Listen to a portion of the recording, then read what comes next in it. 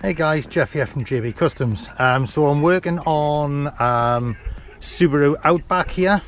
Now, rear wheel bearings were gone, so what we've had to do is take brake caliper off, which is these two bolts here, which are 14mm. Obviously that goes on where that's on like that.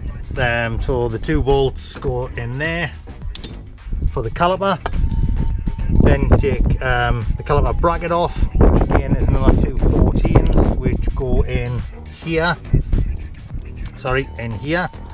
Then take the back plate off and the old hub, old bearing.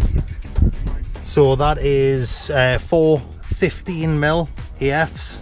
So you get to them from round the back here.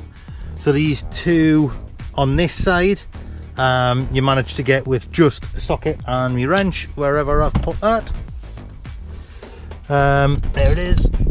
And the back two, because obviously you've got the return on here, you need to use small extension to get to it. Back plate comes off, the hub actually, so the old hub on the old bearing go through there like that. So we've got the new one to go back in, so it's basically just exactly in reverse. I've got new brake pads and everything to go in as well. So we'll be back in a second. Okay, there we go, that's this all on now, so it's on, everything's tightened up. I'll put the torque specs on the bottom.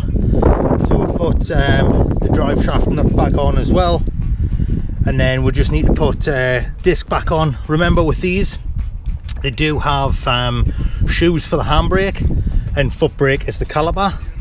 So you've got to, obviously when you've jacked the car up, you need to secure it, because you do need to take the handbrake off to get the disc off.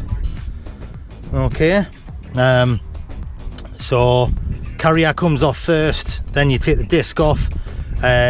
Once the carrier's off, the disc just comes off once the handbrake's released. So make sure it's electronic handbrake on these, so just make sure that you've got it all chocked. I mean, I've even got this on a bit of a hill, and I've got it chocked up, handbrake's off, but it's in gear.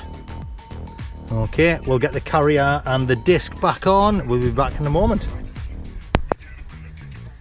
So there we go, all back on, so caliper's back on. Obviously you need to pump the brakes to get piston back out, to push the piston back in, because we've put new brake pads in there as well.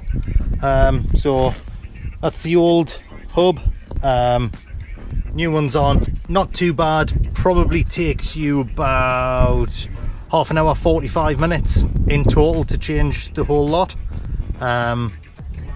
Nice and easy. Like I say, I'll try and put the torque figures and everything at the bottom of the page, and I'm going to do the other side now, but it's exactly the same as this side. So any questions, please leave us comments at the bottom. Don't forget to subscribe, give us a big thumbs up if you like this video, and check out my other videos. Thanks again guys, really appreciate it. See you on the next one.